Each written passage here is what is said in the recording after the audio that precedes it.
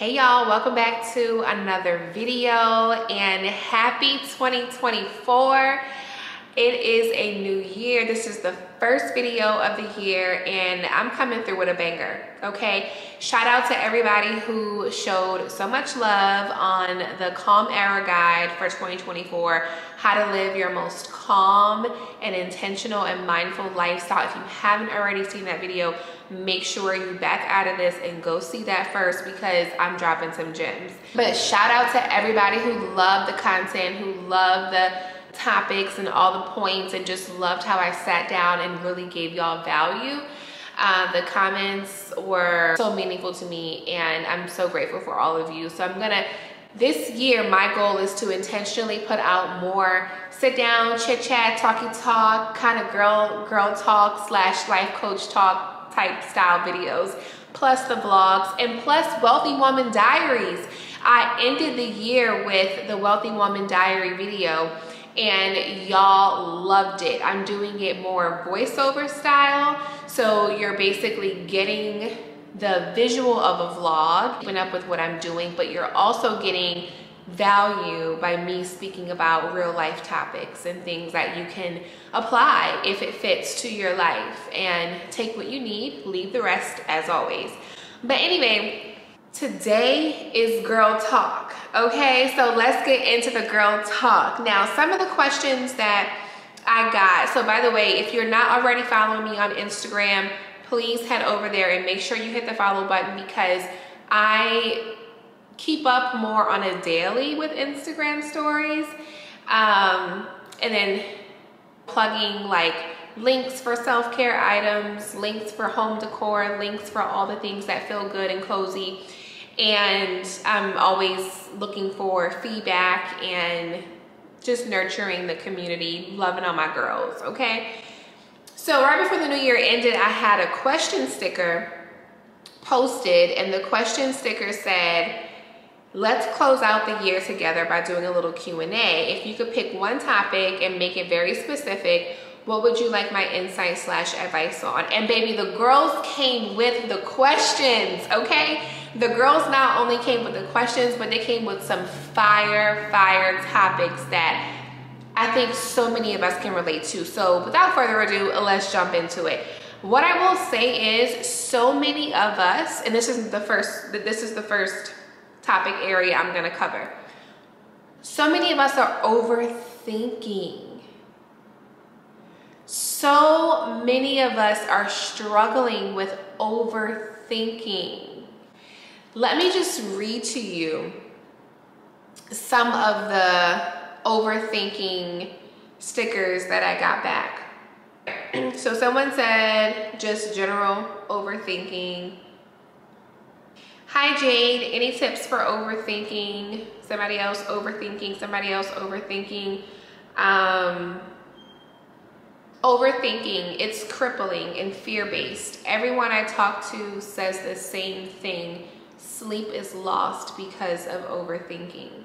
Do you have any tips on overthinking, regulating emotions during anxiety and emotional moments / events? How to stop overthinking, how to stop the negative thoughts even from starting. So here's what I want to just, and someone else said, overthinking, say a failed relationship and the healing needed afterwards.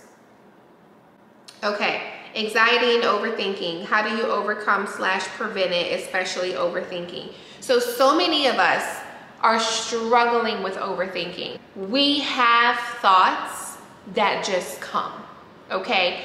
A lot of the times, like, especially in a lot of these questions about overthinking, we wanna know, how do I stop it? Like, how do I prevent it from even happening? Well, we can't control the thoughts that pop up in our minds. We can't control when a thought decides to come pull up on us, okay? But what we can control is how we respond to those thoughts. And how we respond to those thoughts then determines if we either go down that spiral of overthinking now or if we're moving into a better feeling space. A lot of the times we can be on autopilot when it comes to our thinking patterns. And that makes a really big difference in all of this. When you are present with your thoughts, you're in the moment, right? So you're not in the past, you're not in the future, which can be a really hard thing to do. I'm not gonna say at all that this is gonna be easy. This is gonna be a really hard practice, but it's something that we have to work at. The more we practice it, the better we get at it. So number one with overthinking, number one, accept that you're going to have thoughts that you cannot control. That's the first step. When we recognize that we are going to have thoughts that don't feel good, then we release this false sense of control or illusion that we can just stop a thought from popping up. No, we cannot. We can manage those thoughts, but we cannot stop or quote unquote control the thoughts from coming. There's a really big difference. So once we can be accepting that I'm gonna have some thoughts that may not feel good. I'm gonna have thoughts that pop up that, you know, that bother me. We're gonna have thoughts that show up, y'all. But it's what we do with those thoughts. We can't control when they come, but we can control how we navigate when they do come, which dictates which way it goes. Number two, the other thing I want to mention about overthinking is are you present with your thoughts or are you on autopilot? If you're on autopilot, that means you're in the past thinking about things that you can't control, or in the future thinking about things that you can't control.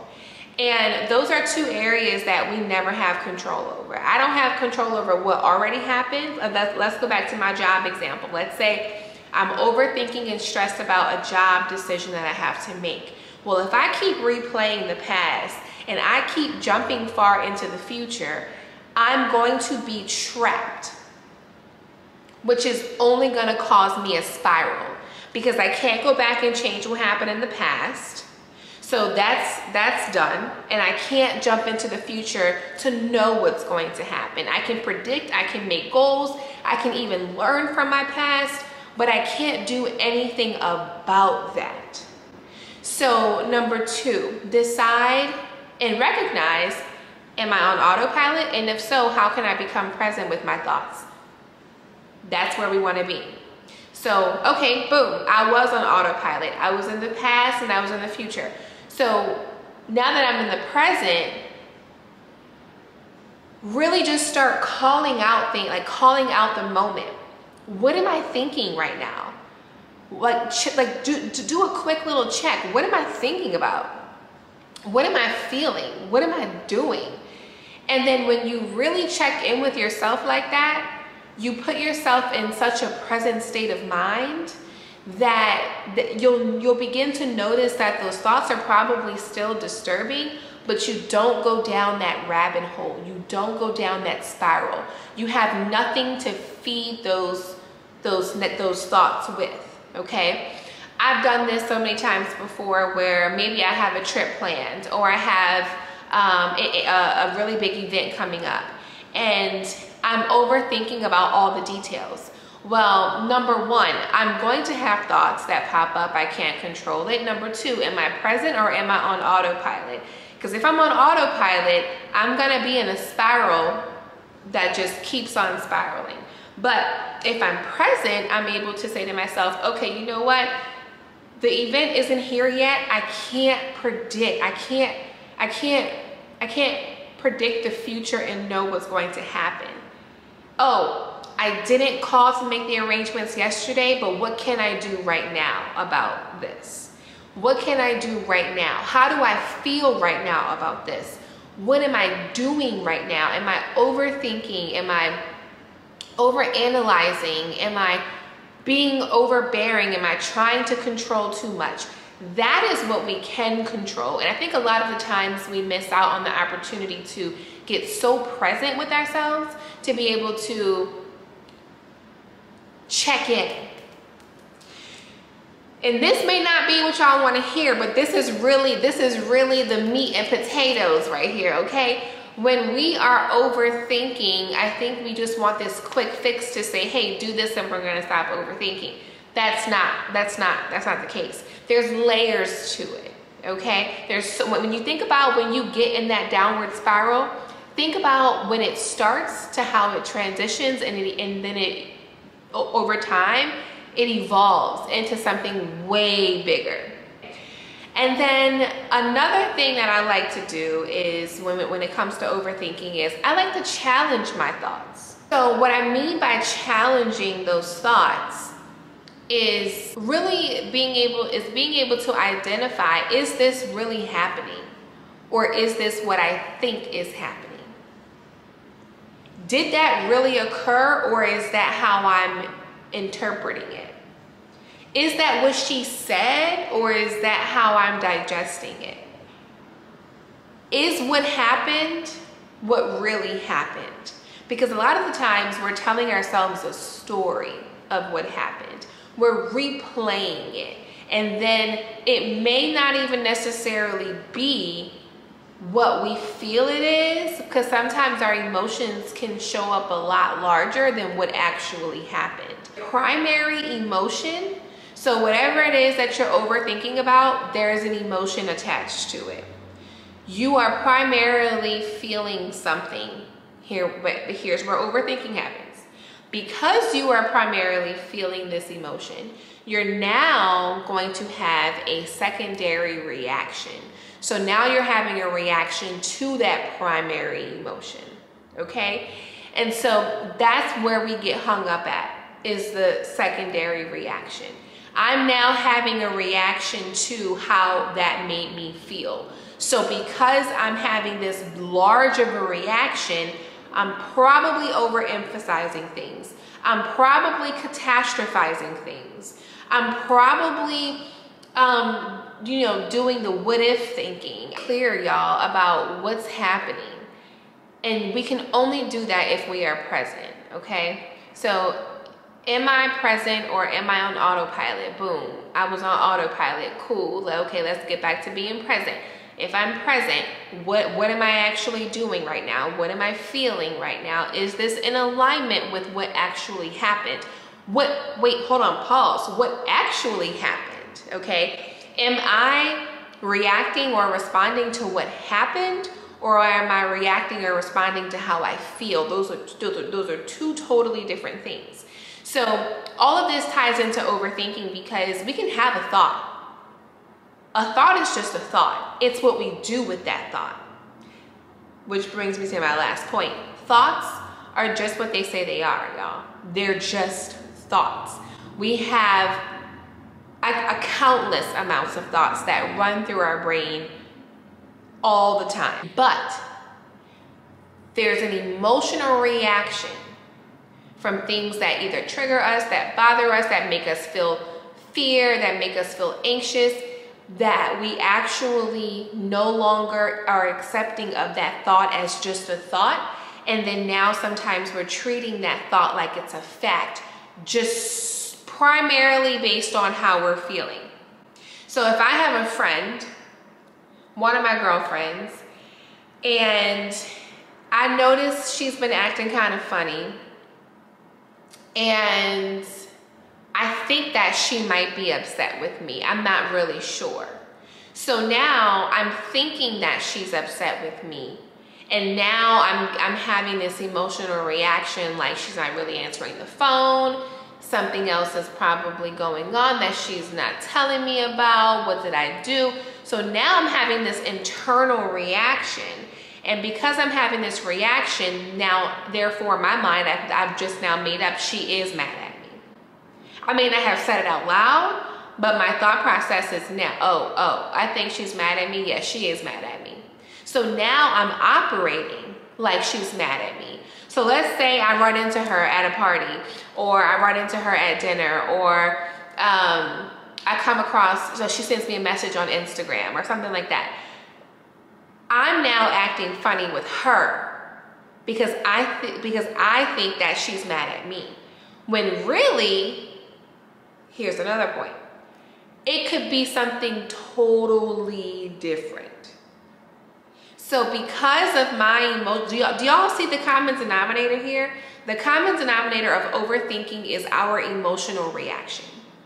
So once we can identify what that emotional reaction is and where it's coming from and why is it so heavy, why is it so pronounced, and what can we do to lower that emotional reaction? And that's where self-care comes in. What can I do? Why is this emotional reaction so heavy? Why am I having such an emotional reaction? And once you're able to identify that, the lower your emotional reaction is, the more it decreases, the less you're overthinking. Try not to think about thoughts as this big bad bully. We are going to have thoughts, y'all. Thoughts are going to come. They're going to happen. It's what we do with those thoughts that causes the overthinking. So when you think about it, if we are overthinking, overthinking isn't happening to us. We are doing the overthinking. So when you're wondering how to prevent this, go back to the initial thought that you had and decide, where did you go wrong with this thought? Because it was just a thought. A thought is just a thought. It's not a fact. This is mind-blowing, right? So if I have a thought that my friend might be mad at me, that's just a thought. I can decide to be with that thought and maybe do some clarifying with her, call, follow up. Hey sis, how you doing? How you feeling? I could even, like maybe somebody said it was a failed relationship. If you're overthinking about a failed relationship, you know, instead of saying, you know what, I think it was my fault that this happened, or what did I do wrong? And before deciding on anything, go back to that first thought that prompted you. Like, go back to that first thought, whatever thought that just keeps reoccurring, and pay attention to that thought. Look at that thought, externalize that thought, and just label it as a thought. I think so many of us right now are walking around taking thoughts and treating them like they're facts, when really they're just thoughts. So I hope that helps for all of my overthinkers. I know I had several questions about overthinking, but I think this pretty much sums it up. So let me know in the comments if there's anything specific that I did not touch on. But if you are an overthinker, I feel like somewhere in the strategy I just gave and the breakdown I just explained, you're going to realize, okay, wait, whoa, it was just a thought. It doesn't matter your circumstance about overthinking. You're gonna have thoughts, and you have to be okay with you having thoughts. If you're not having thoughts, something must be going on with your brain, okay? You're going to have thoughts. You're going to be thinking about things. The overthinking is what we are doing to ourselves due to an emotional reaction that we have not tended to. Another really big one was anxiety and stress. Managing anxiety, managing stress. Someone else had mentioned, managing stress and anxiety. Managing stress and anxiety. Managing stress when you feel like there's not enough hours in the day to get everything done. Managing stress and anxiety. By the way, I really love and been enjoying your content. Thank you so much. Okay, managing stress while pregnant. So it doesn't, how do you work through anxiety and overthinking when owning a business? So for the overthinking part, that goes for business as well, okay? But let's talk about managing anxiety and managing stress. Managing anxiety and managing stress, we have to really get down to figuring out what our deeper need is, okay? Because just like overthinking, you're gonna have thoughts. And just like managing stress and anxiety, we're gonna feel anxious and we're gonna feel stressed. There are just going to be those things that make us feel stressed. And sometimes stress comes in forms that are exciting and some that are actually debilitating. Managing stress and managing anxiety, it almost kind of goes back to the overthinking, is identifying what the emotional reaction is. So if you're feeling severely stressed about something, if you're feeling severely anxious about something, it is very important to make sure you can get crystal clear on what is this? Like, where's the root of this stress? Where's the root of this anxiety? Was this an initial thought? Because sometimes overthinking can cause a spiral into anxiety and a spiral into stress. So if that's the case, easy peasy right there. Go back to the tips I just gave about overthinking and see if that is causing that spiral to have increased stress levels and increased anxiety levels. But when you think about anxiety and when you think about stress, you want to do things more mindfully. A lot of the times we are operating on autopilot. And what I mean by autopilot is that we are just going and going and doing and doing. A lot of the times we do not stop and actually be where we say we are. And I talked a lot about this too in the Calm Era Guide. But for those of you who are asking, you know, how do I manage stress while I'm pregnant? How do I manage stress when I feel like I don't have enough time in a day?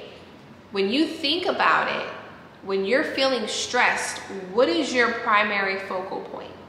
Are you focused on the things that feel stressful, or are you focused on where you actually are? Because there's a time and space for everything. So let's just say it is work-related stress, or let's say it is home stress, or maybe even pregnancy stress. There are going to be times where you're in a specific space that's focused around work, or a specific space that's focused around whatever the home issue is. But think about all the things that you're doing in between. I like to call this the in-between, the spaces in between. When you're driving home from somewhere, when you're driving home from work or driving home from errands, what are you doing with that time? Are you being mindful with that time, or are you just overthinking and spiraling about the things that are being stressful right now for you? We have to be able to leverage the time that we have in between, especially for my people who feel like, I'm so stressed, I don't have enough hours in a day. Well, how are you spending your time? That's a really big question. Are you where you say you are? And one of the things that I like to do and that I coach people to do is to practice mindfulness. I know you hear mindfulness all the time, and it probably feels overrated to hear right now. But when you are mindful, you are exactly where you are supposed to be. If you're in the kitchen cooking dinner, you're in the kitchen cooking dinner. You're focused on chopping the vegetables, making the meal from beginning to end, enjoying the process. I know a lot of the times, because of our roles as mom, wife, or whatever the case may be, we may have to multitask, but I will challenge you to figure out how you can actually be where you say you are, doing what you say you're doing. And you're probably thinking, Jade, how is this going to solve my issues with stress? Because a lot of the things that we stress about is inflicted. A lot of the time that we spend stressing is self-inflicted, because we're thinking about the stress during times that we can't do anything about it. We're in the shower thinking about the stressors. We're in the kitchen thinking about the stressors. Sometimes we have to decide when to let go and when to put it down. When something feels heavy, let's say I have my smoothie cup. Let's say I've been holding this smoothie cup the entire conversation of us talking, or me talking into the camera. And I realized after a while, like, man, like this feels heavy. Like now my shoulder is stressed. Well, why am I holding on to it? And am I even aware of the possibility of me just sitting my cup down for a moment? Wow, that feels so much lighter. Now, did I magically get rid of the cup? No, it's sitting right here. It's still relevant. It's still an issue. right? Let's tie it back to the stressors and the anxiety. It's still there, but I don't have to continue to hold it. And I think so often we feel like we have to hold stuff with us throughout the entire time of our day, our weeks, our months. When something feels heavy, you can put it down.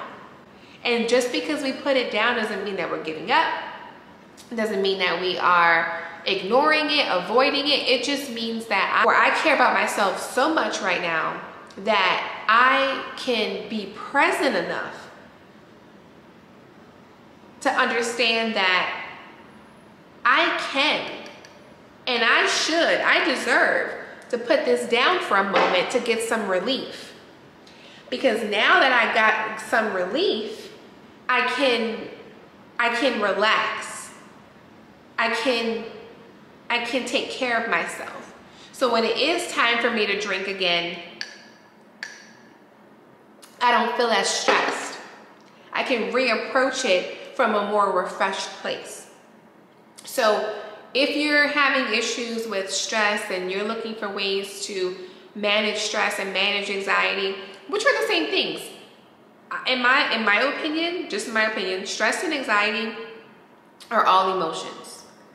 They're emotions that we feel.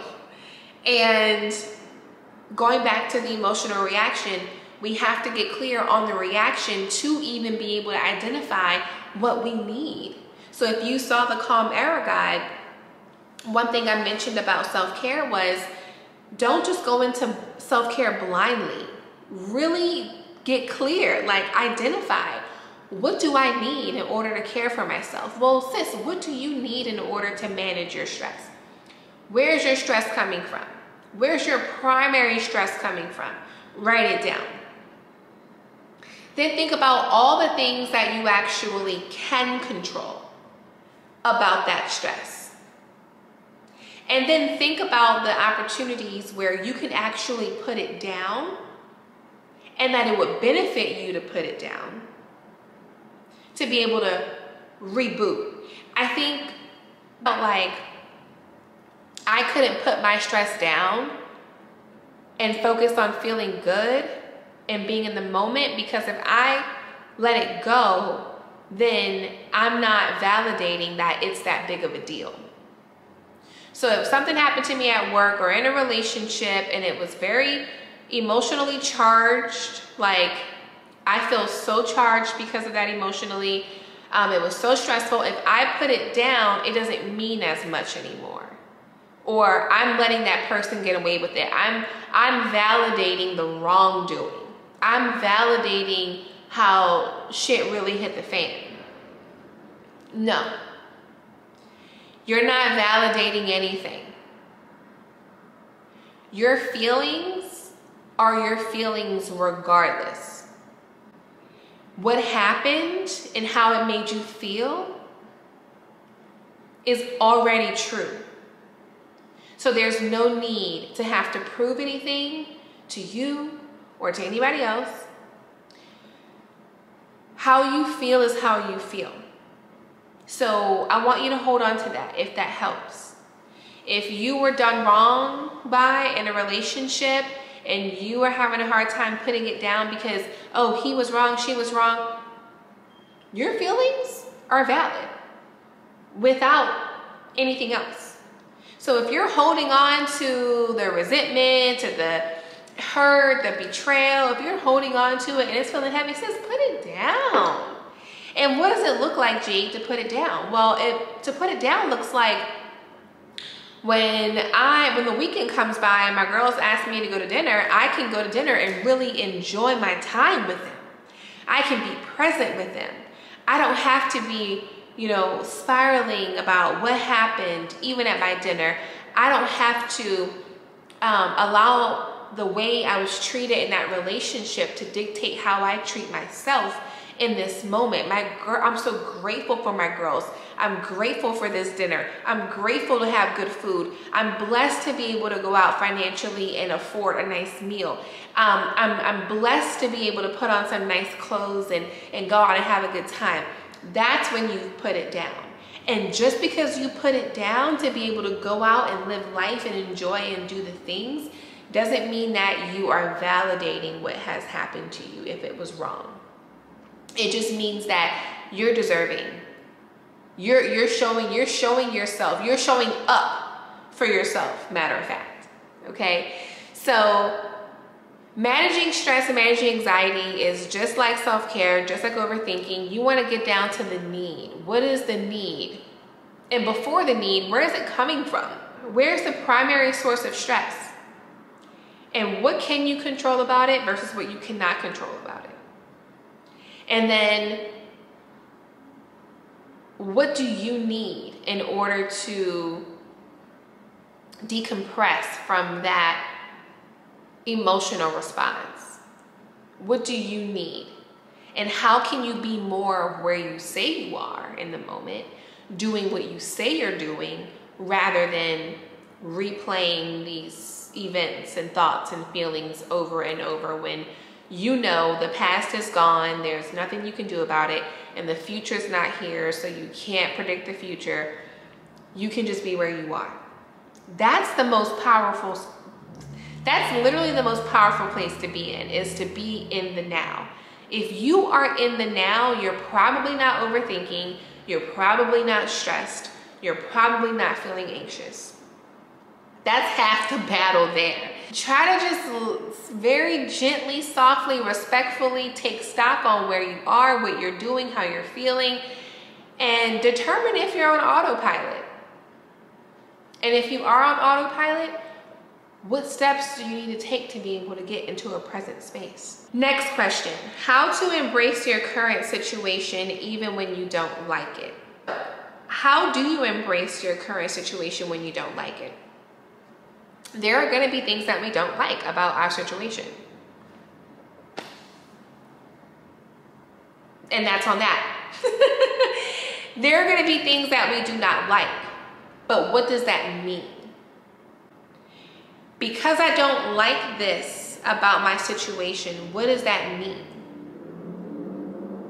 What's my doing in this situation? What can I control about this situation? And what can I not control about the situation that I don't like? And the things that I can control about what I don't like, am I actually taking action on those things? So here I would say two things. Where do you have control? Where do you don't have control? In the areas that you don't have control, are you feeling frustrated because you're trying to control something that you cannot control? Because when you're trying to control something that you cannot control, it is almost impossible to embrace your situation. I want you to think about that. Am I trying to control things that cannot be controlled? And if you are, then that's a moment of reflection and acceptance, and you let that go. And then you decide, okay, now how am I going to actually focus my attention and my energy on the things that I actually can control? And are you actually leveraging the things that you can control? So just because you don't like it doesn't mean that you can't embrace it. What can you control? What can you not control? Because I can guarantee you, when your focus and your energy is on the things that you cannot control, it feels like a blockage when it comes to embracing it. So really it's acceptance. Are you willing to be accepting of the things that you cannot control? And are you willing to be accepting that there are some things that you can control, and that's where your freedom lies. That's where your joy lies. That's where your peace lies. Something about my situation that I don't like, and I've done everything I can do about the situation within my control. Now it comes to a point of acceptance.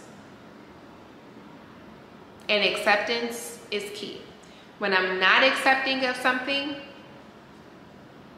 I'm resisting it. I'm irritated. I'm in a bad mood. It's affecting my relationships. I'm not doing my self-care. I'm not showing up as my higher self, my best self. Out of the window.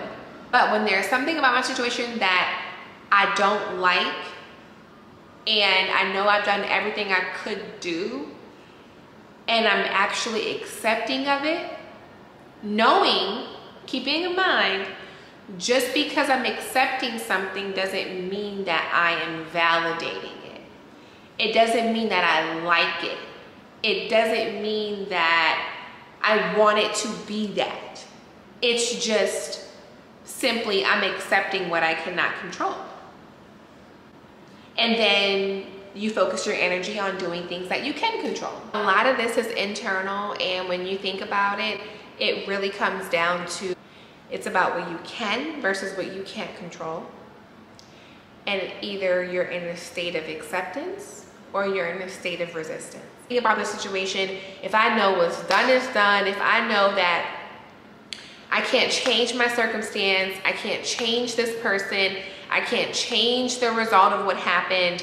If I know I cannot change this situation or change my experience, and I'm not accepting of the fact that I cannot change it, I'm going to create anxiety for myself. I'm going to create fear.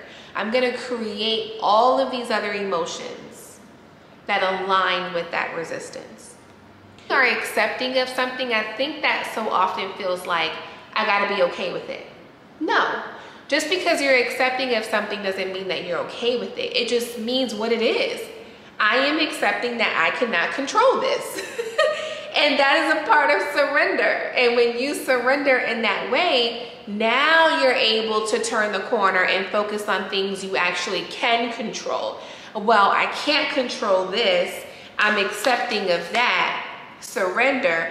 Now I can spin the block and do something about this, do something about that. And ooh, before you know it, you actually start to feel good, and you've moved yourself into a better feeling space without having to even control or fix that initial situation that wasn't going right. But that is it, y'all. That is a wrap. Meet me in the comments below. Let me know if I answered your specific question. If I did, tell me how you felt about it. And like I said, these are just my thoughts. This is how I approach it. This has been from personal experience in my life, but also in my coaching training and the tools I use to be able to help thousands of women all over the world. So if you found this video helpful and you are not subscribed, make sure you subscribe. I do a variety of vlogs, mind care, body care, home care, okay? All of those things into one. So if that is your vibe, make sure in 2024 you are subscribed, because I plan on really giving a little extra TLC to YouTube this year, okay? And that's on consistency. I love y'all, and if you are already subscribed, drop in, weigh in the comments, and I will see you there. Bye, y'all.